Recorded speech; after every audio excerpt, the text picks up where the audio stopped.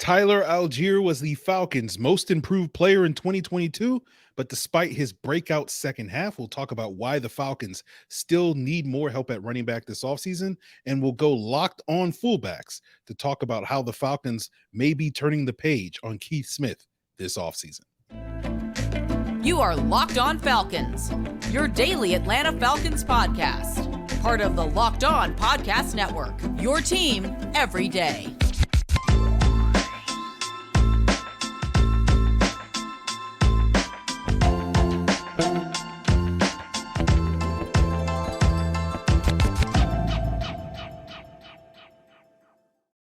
So you guys know me. I'm Aaron Freeman, a.k.a. Sirius Black, a.k.a. Mr. Drew, and of course, the most humble host of this illustrious Locked On Falcons podcast, your daily Atlanta Falcons podcast, part of the Locked On Sports Atlanta podcast family, your team every day. And today's episode is presented by Prize Picks. Prize Picks is daily fantasy made easy. Just pick 2 to 5 players. If they score more or less in their Prize Picks projection, you can win up to 10 times your money on your entry. First-time users can receive a 100% instant deposit match up to $100 with the promo code Locked On. That's prizepicks.com, promo code Locked On. And guys, we thank you for making Locked On Falcons your first listen each and every day. Of course, it's free and available Monday through Friday on a variety of podcast platforms, including on YouTube. Make sure you subscribe to Locked On Falcons on YouTube, and you will get the video version of the podcast the night before the audio drops. And make sure you check us out on your Roku or Amazon Fire TV as part of Locked On Sports Atlanta. Just download that Locked On Sports Atlanta app, and you will be able to get Locked On Falcons on your Amazon or Roku TV. So, guys, today we are continuing our year-end positional reviews. We did the quarterbacks on Friday. We're doing the running backs today on Sunday evening if you're watching on YouTube, Monday morning if you're checking us out on your other variety of podcast platforms. And we'll be breaking down this running back position, starting with, of course, the star of the room, the emerging star of the room, Tyler Allgeier, and who was much better in the second half of the season. And you know, I did an article with Alan Stirk and several other Falcoholic listeners, writers, this past week, a big roundtable, and we were asked, like, who's the most improved player other than Caleb McGarry on the team this year? And my answer was like, I know I'm not going to do the thing that you think I'm going to do and just, pick Richie Grant or Taquan Graham as some rookie last year that went from a backup to a pretty solid starter this year. I picked Tyler Allgeier because to me, the where he was at the beginning of the season to where he was at the end of the season was, to me, night and day different.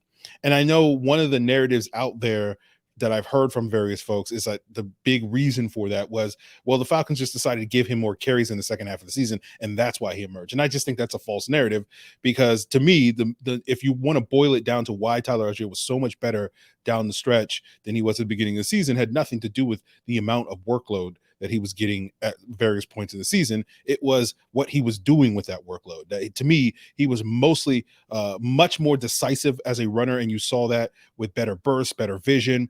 Basically, he was seeing it quicker, and it was sort of hitting the gas when he did see it.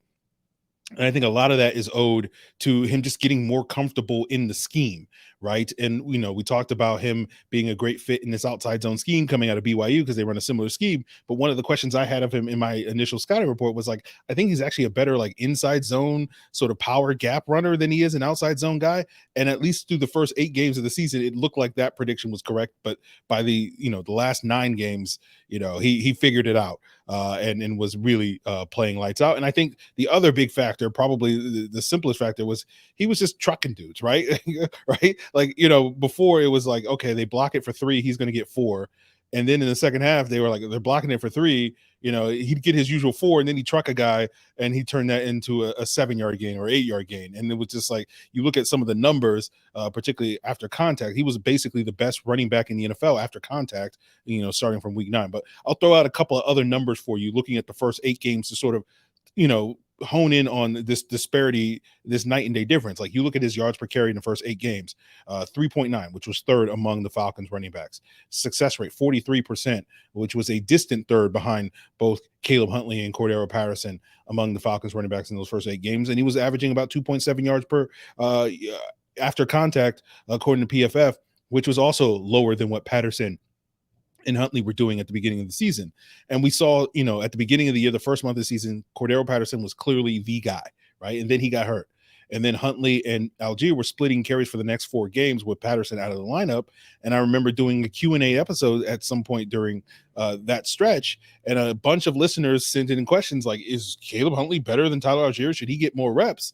And it was like, yeah. And my answer was like, yeah, he is looking better because Huntley's running with a lot more burst and basically seeing it, being more decisive with his runs. But then we got to week 9, Cordarrelle Patterson comes back, and that was kind of Tyler Allgeier's coming out party. That was his first kind of breakout game, and he never looked back from that point on. And you look at the numbers, the yards per carry, 5.6, overwhelmingly the best among this position group. 58% success rate as a runner after that Chargers game, which is technically second behind Caleb Huntley, who had 63% success rate over those final couple of games. But given that Allgeier was, basically carried the ball almost 7 times as many times as Huntley did, like we'll give Allgeier the credit, like with a significant higher sample size, like 58 to 63. Yeah, Allgeier was clearly very successful.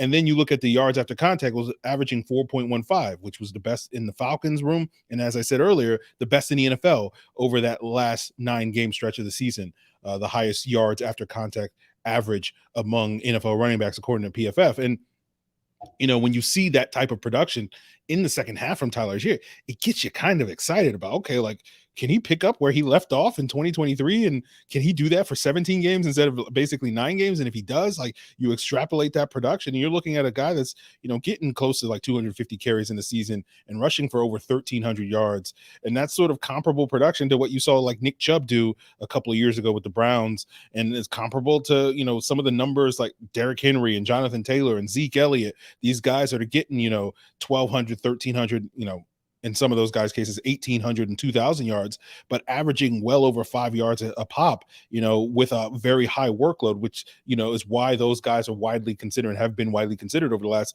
3 to 5 years, the best running backs in the NFL. And you wonder, like, if Tyler Allgeier can maintain that for a full season, like he belongs in that conversation. That's interesting because, like, when I evaluated Tyler Allgeier coming out of the draft, I was like, yeah, his ceiling is like Jordan Howard, right? Like that was to me the best case scenario with my comp for him. And you look at Jordan Howard's rookie season with the Bears back in 2016, similar sort of powerful runner out of Indiana.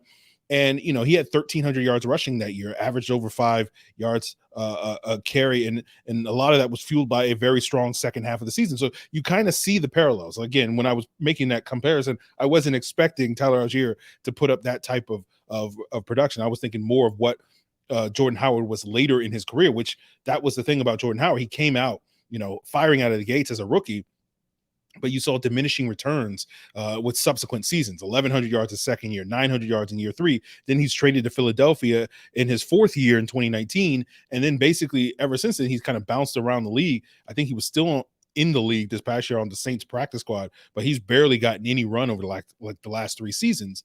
And it's kind of why a couple of weeks ago, I put the question out to you guys, the listeners.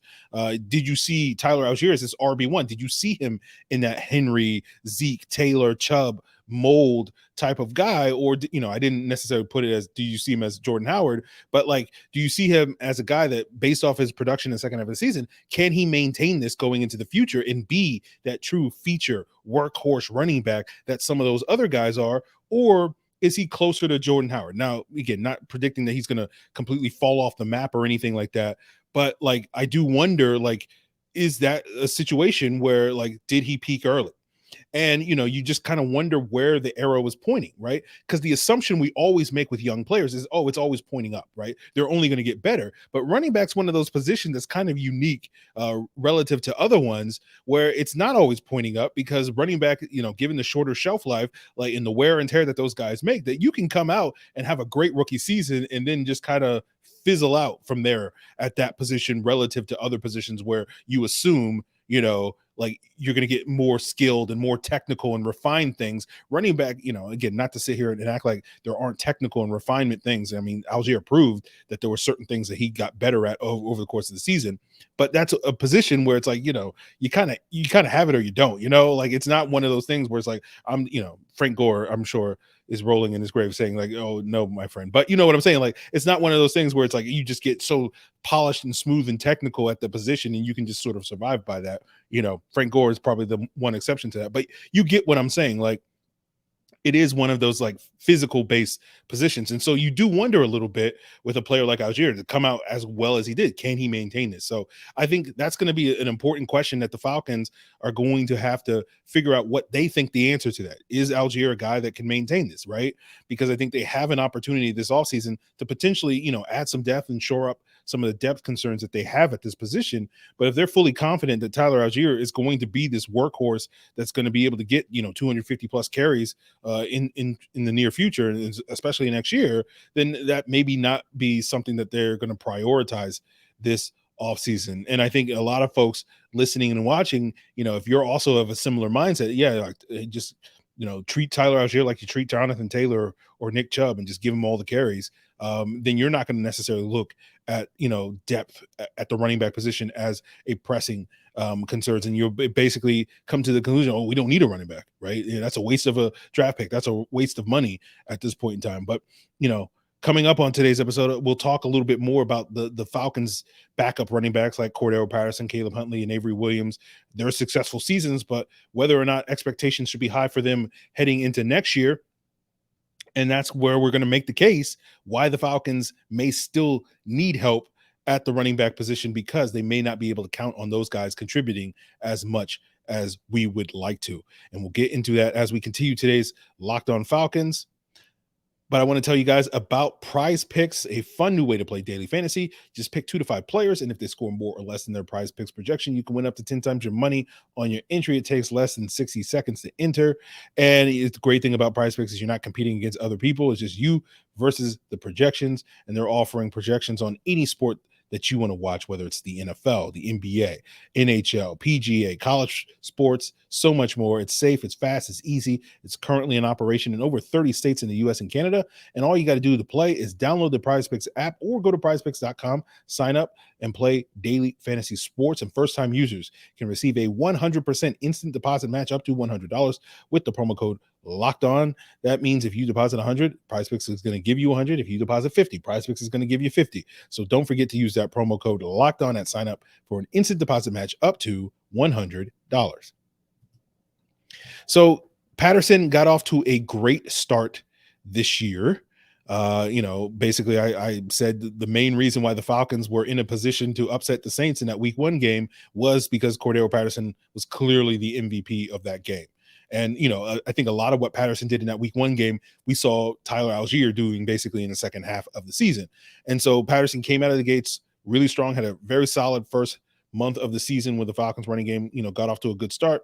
Then he suffered that knee injury, missed 4 games, came back, played well. But obviously by the end of the year was, you know, despite being productive in limited opportunities, kind of just took a backseat to Tyler Allgeier. So he was kind of a forgotten man down the stretch. And he got to the point where even though Patterson was productive, it was like, you know, can we get Allgeier the ball? Like this, you know, that's how good Tyler Allgeier was at the end of the season. But, you know, when you go back to sort of expectations, for me, at least this summer, like my main concern with Cordarrelle Patterson was after the very solid Pro Bowl caliber 2021 that he had, I was worried about regression. Now, we didn't see regression from Cordarrelle Patterson this past year, not as a runner. Now, certainly as a production from a passing standpoint, but I think that was more owed to the offense and Marcus Mariota and not having checkdowns in the offense and all the max protect stuff that all that stuff and more. So I don't think that was because of Patterson's diminished skill is the main point. Now, I do think the one concern you do have with Patterson is the injuries, the durability concerns, right? And he missed 4 games this year. He only missed 1 game in 2021 due to injury, but we saw those last like 4 or 5 games of the season, you know, after that midseason injury against the Dallas that caused him to miss the Patriots game, you know, that injury sort of really limited him down the stretch that season. And so that was one of the things that we saw this summer and early in the season where I think the Falcons wanted to have Cordarrelle Patterson on the pitch count, but it was very clear early in the season that, you know, their best asset was running the football. And at that point in time, it didn't seem like Caleb Huntley and Tyler Allgeier were really ready to eat into his workload. So you can make the argument that the Falcons kind of ran him into the ground with how much they utilized him early in the season, getting, you know, 22 carries in that first game. And I don't think anybody got 20 plus carries in another game until Allgeier did it in one of those, final 2 or 3 games. And so, like, I look at Cordarrelle Patterson, and I see him still as a solid number 2 running back, right? And I think that's probably what his role is going to be in 2023. Basically, what he was in the final month of the season behind Tyler Allgeier. But the concern with Patterson is he's going to be 32. And I don't think the durability concern, like, he's going to be healthier at 32 than he was at 31 or 30, right? That's not usually how aging works. Like, you don't magically rewind the clock and become healthier at that point in time. So I think that's going to be a continued concern, that you do want to keep him on a pitch count. Although maybe you can mix in more passes in 2023 than you did in 2022. But, I think because of his age and because of his longevity concerns, that has led to some people speculating that he could be a cap cut. And I would be very surprised at that. His cap hit next year is $5.5 million, which is not, ideal for a number 2 running back, but you're only going to save like $1.75 million if you cut him. And his contract is going to void after the 2023 season anyway. So I don't really see the point in cutting him. Just let him play out the final year of his contract and let him go out, the way that he wants to go out. And I think, given that he still is able to give you a versatile, valuable backup that can contribute not only as a runner, a receiver, and a returner, makes him a very valuable number 2 running back, even if you can't necessarily give him a huge workload in that role. But I think that's ideally suited for where he is now at his point in his career. So to me, he's an ideal backup. Now, if you could make the case for moving on from Cordarrelle Patterson if, Caleb Huntley's status wasn't up in the air next year, and that's due to the Achilles tear that he suffered late in the season against the Saints. And it's a shame, because, like, Huntley was playing really well in the first couple of weeks of the season. Again, going back to the point made earlier, like, he was outplaying Tyler Allgeier in the first half of the season on a per carry basis. He just looked like he had a lot more juice as a runner in that first half of the season. And that to me was really displayed when they were kind of splitting carries during that 4-week stretch without Patterson. But then he suffers that Achilles injury, and that's going to be a major concern for you moving forward with him. Now, I will never doubt Caleb Huntley's toughness, right? The fact that he played a snap after rupturing his Achilles tells you how tough that is. Like, Arthur Smith and Terry Fontenot have marveled at that. I too marvel. I'm like, how can you do that? Like, people can't even stand up with that. And he played a snap and blocked somebody, with a ruptured Achilles. So, if it is a full rupture, like, I have to imagine, like, he couldn't have done a full rupture doing that.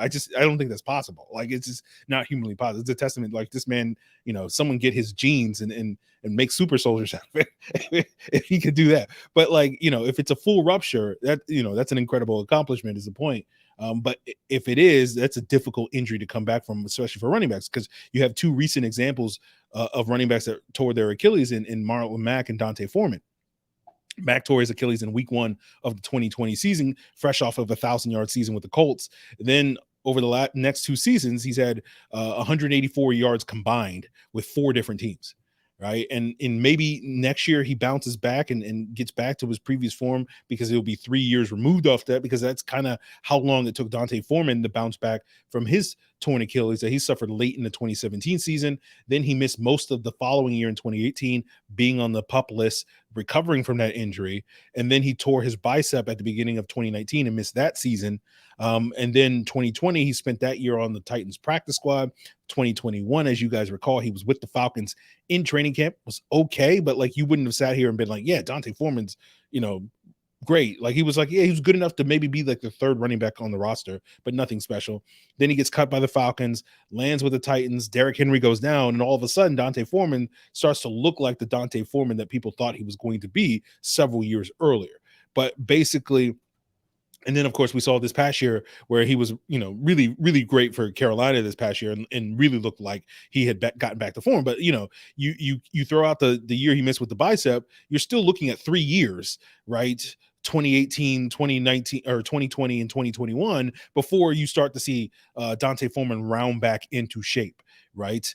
And, we always talk about, like, nowadays, medical science has made it so that ACL injuries are no big deal, unless you're Chase Young, which, is why when we talk about Kyle Pitts later on, and the expectations for him next year, the assumption that he's going to just pick up where he left off, I don't know if it is a safe assumption. It's probably likely, but it's not necessarily guaranteed. But, ACL injuries are one thing. Achilles injuries are different, and especially for running backs, they're very serious. Now, another recent example of a running back that tore his Achilles was Cam Akers. He suffered that in the summer of 2021. Cam miraculously made it back in time to participate in the Rams Super Bowl. He didn't do anything in the Super Bowl, but he played in it, right? And he came back this year, played, really didn't do a whole lot the first half of the season, and you didn't really see his production get back to a level where he was producing at a competent level as an NFL starter or RB2 until December of this past year. So you basically had an 18-month gap between where he got injured before you could start to see Cam Akers respond. And so for that reason, I'm not expecting a lot from Caleb Huntley next year, right? I think he could come back and play, but I'm not expecting him to play at a high level. I'm not expecting him to pick up where he left off, because to me, the best case scenario is okay, he's like Cam Akers and he misses 18 months, and it takes 18 months before him to get back to his pre-injury form. Or it could be a situation where Marlon Mack and Dante Foreman, you got to throw out 2023 and 2024 before you're talking about him getting back to that form. And so for that reason, I think depth is a legitimate concern for the Falcons, right? And, you can certainly be confident that Tyler Allgeier is an RB1, but what happens if he misses time with an injury, right? Patterson's fine as a reserve in a limited role, but if he has to, let's say he's forced to start for an injured Tyler Allgeier, we haven't seen Cordarrelle Patterson go more than 4 games with 10 plus carries in his time in Atlanta. And I think that's owed to the fact that he can wear down pretty quickly. And we've seen that happen several times. Right. And then, of course, if Huntley's not fully recovered and not looking like his former self, you may be a Tyler Allgeier injury, a tweaked ankle away from having to rely heavily on Avery Williams to sort of fill that void. And while Avery Williams, I think, is a solid role player for you, had a solid season in a limited role, and certainly a guy that I kind of thought, he'll play special teams. He'll barely get any reps on offense, given the presences of Patterson and Allgeier and Damian Williams, and then ultimately the emergence of guys like Huntley.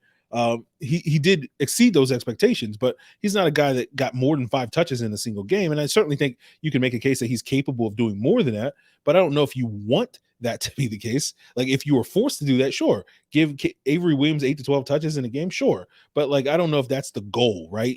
That's something that's a break glass in case of emergencies type of situation. And given that the Falcons are this run first team, that's their foundation. To me, it's not a hard scenario to picture that they're a Tyler Allgeier injury away from that foundation starting to crumble a little bit. And I think you want to avoid that fate. And so therefore, I think there's a need for the Falcons to add running back depth this offseason, at least somebody that you can feel like, okay, that's a competent RB2 in the event of an injury. Similar to what we did last year with Damian Williams, but maybe a little bit better than that is ideally, right? And whether you do that in the draft or free agency doesn't really matter to me, right? I know Ryan Pace is out here being, pacing the halls, being like, we got to give David Montgomery a call. He's going to be a free agent, but we got to lock Ryan Pace in a closet to prevent that from happening. But regardless of whatever the path the Falcons go, I'm fine with it. And part of it, to me, the ideal player that I would love to see the Falcons bring in is not a specific player, but it's just someone that has a little bit more juice, has a little bit more of that explosive ability. And this goes back to a conversation we had in December with Charles McDonald talking about when you see Tyler Allgeier break these 40-yard runs, but he gets caught from behind, and Charles called it quicksand. He's just slowly, and it's a faster, more explosive running back, someone with maybe 4.4 speed or something like that can turn those 40-yard runs into 70-yard touchdowns, right? And to me, that would be ideal, especially when you have, potentially you're building a thunder and lightning duo, right? With Allgeier being the thunder and you want to bring in that lightning. It's similar to what, even if he is Jordan Howard, right? That's similar to what the Bears did with Jordan Howard and Tariq Cohen. And that seemed to work for a couple of years, right? Hopefully you can get more out of that. Trust me, that's not the goal. That's just the floor, right? So, and then you look at the number of explosive runs of the Falcons. The Falcons had a ton of explosive runs in large part due to how effective their blocking was. They were tied for 7th in the NFL this year in terms of 20-plus yard runs with 17 this year. But 0 of those guys went for touchdowns this year. And there were only 5 teams in the league that had no touchdowns on 20-plus yard runs this year, and none of those teams had more than 8. And so to me, that's basically telling you the Falcons are getting a lot of 20 and 30 and 40-yard runs, but they don't have the explosiveness to get those bigger runs and turn those into touchdowns. Although, granted, I think Patterson had like 2 nullified by penalties or something like that. So, again, you can make the argument that Patterson's, I was going to say juiciest. That's probably the wrong term, right? But has the most juice of the Falcons running backs. And so I don't think it's a coincidence that he had those touchdowns as opposed to some of their other guys. But I do think getting more juice, getting a little bit juicier in that running back room makes a ton of sense to me. Right. And it's, to me, it's not a question of if they should make that investment. It's just how big an investment are you willing to make? Is that to use something, just throw some veteran minimum money at that in free agency. You can throw a 7th round pick at that, whatever, that's fine.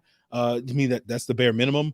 At the very least, you should be trying to invest in that. But, because I believe you invest in the parts in the positions that you value on your football team, which is why Jarvis, goes on his rants from time to time about their lack of investment in pass rush, because he, in his eyes, they don't value that.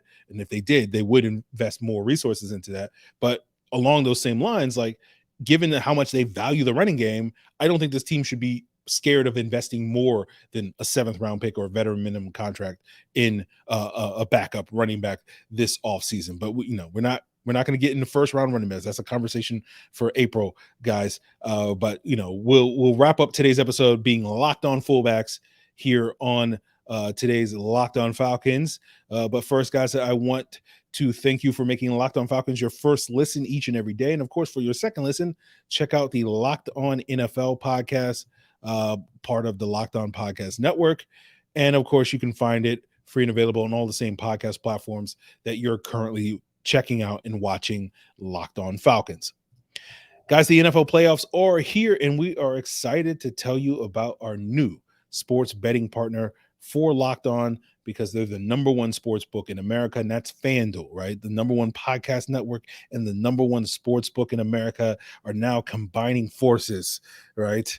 And now, if you're new to FanDuel, it's even better because they have so many great features that make betting on sports fun and easy. New customers, if you join today, you can get started with $150 in free bets guaranteed when you place your first $5 bet. All you got to do is sign up at FanDuel.com/lockedon. And FanDuel has all your favorite bets from money line to point spreads, player props. Plus, you combine your bets and get a bigger chance for a bigger payout with a same game parlay.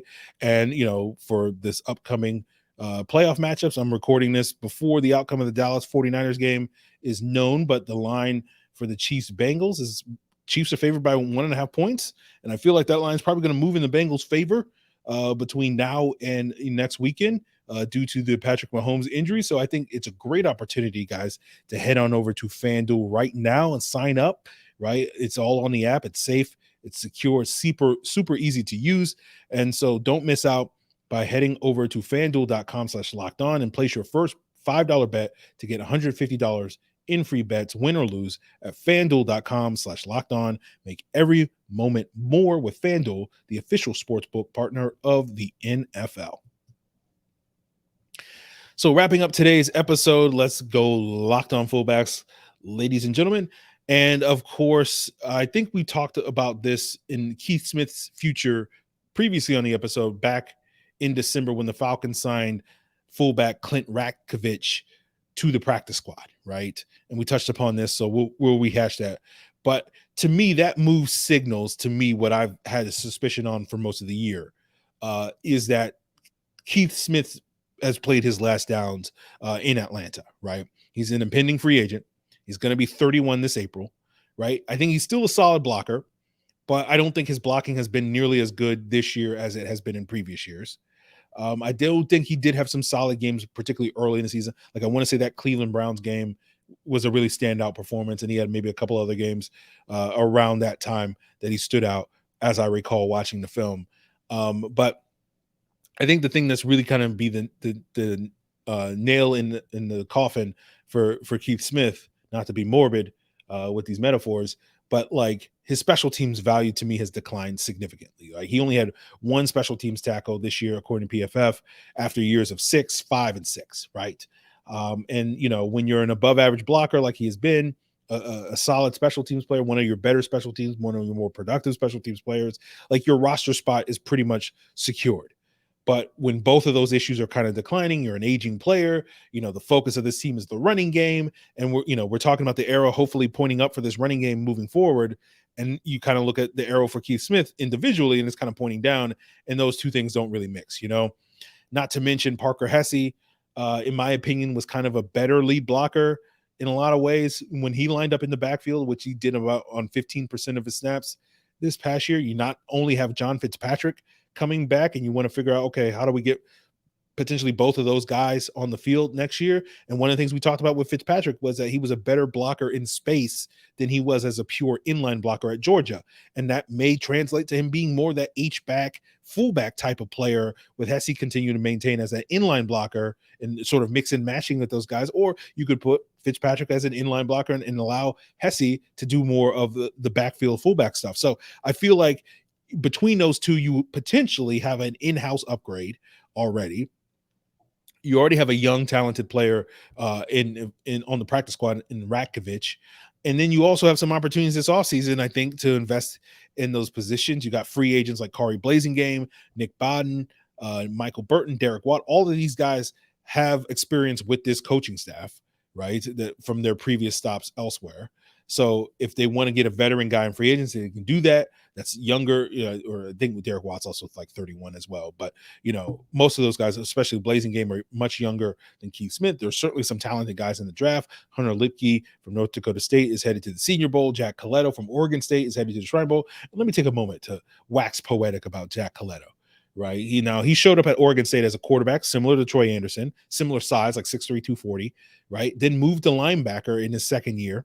And they continue to have him play as a wildcat quarterback from time to time. And then the past 2 years, they moved him more to a fullback in addition to those wildcat quarterback, but he kept playing on defense, right? So he won whatever the award was, the Paul Hornung Award for most versatile player in college football this past year, because he played both fullback and in defense this past year. And I think that defensive experience obviously is going to make him a valuable special teams contributor, hopefully more than what Keith Smith was able to provide. And then, you look at not only the blocking, but the wildcat experience. Like all of a sudden it's like, okay, can we scrap the Felipe Franks pages in the playbook now and just put our fullback and our running back, all that stuff, like guys that are used to actually running the football a lot more than Felipe Franks is in those situations, like a Jack Colletto. So to me, it makes a whole lot of sense. It feels like Jack Colletto is a future Falcon. He's going to be down at the Shrine Bowl. I think he's going to be on the West team the Patriots are coaching rather than the East team the Falcons are coaching, but they'll get a plenty of opportunities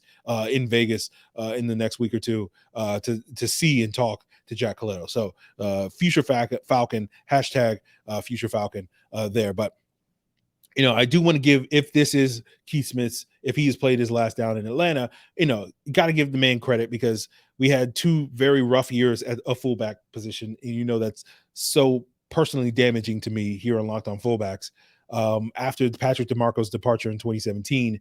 And Keith Smith really came in and stabilized that position for us in 2019, 2020, 2021. And obviously, I think, again, was solid this past year. So much appreciation for Keith Smith, but I do think it is time for the Falcons to move on. And whether that's drafting a guy or signing a guy, Blasingame, I'm a huge fan of. That man was a hammer for the Titans in the second half of that 2019 season in Arthur Smith's first year as a play caller there. But Lipke or Colletto or somebody else that I probably wind up discovering between now and April in the draft, certainly, we get me excited about, Locked On Fullbacks again and bring, maybe not Patrick DeMarco levels of excitement, but, we're building towards that. And hopefully we can get somebody younger in this room that can, build towards that. Because Patrick DeMarco didn't show up when he showed up in 2013 was not what we knew he was in 2016. You can build towards that. And hopefully we can get somebody in here that you can feel good about where he's going to be 3 or 4 years from now. And certainly you would like that be the case for the draft pick. So I would like to see the Falcons take advantage of that opportunity to bring someone like that into the building. But guys, that is going to do it for us here on this running back and fullback review here on Locked On Falcons. We've still got more to come, assuming that there isn't other pressing news that needs to be discussed, like defensive coordinator hire. We'll just keep rolling through with these year-end positional reviews, wide receivers, tight ends, offensive line this week. We may wind up having a guest later on this week as well. So, lots of stuff to unpack. And then, of course, next week, we'll be doing, Senior Bowl stuff so I can get my eyes on Hunter Lipke, firsthand and give you guys the scoop. We'll devote a segment to fullbacks at Senior Bowl practices if we can, each and every day. But that will do it for us, guys. Really appreciate you for tuning in. Of course, we'll be back tomorrow. Makes us your first listen for potential wide receiver breakdown, as well as other news and updates that you need for your first listen each and every day. And of course, for your second listen, check out Locked On NFL, check out Locked On Sports Atlanta, check out all the Locked On Sports Atlanta, especially on your Roku and Amazon Fire TV, Locked On Hawks, Locked On Bulldogs, Locked On Braves, as well as your second listens, guys. Really appreciate it. I hope you had a great weekend. We're going to keep it rolling here on Locked On Falcons, all part of the Locked On Podcast Network, your team every day.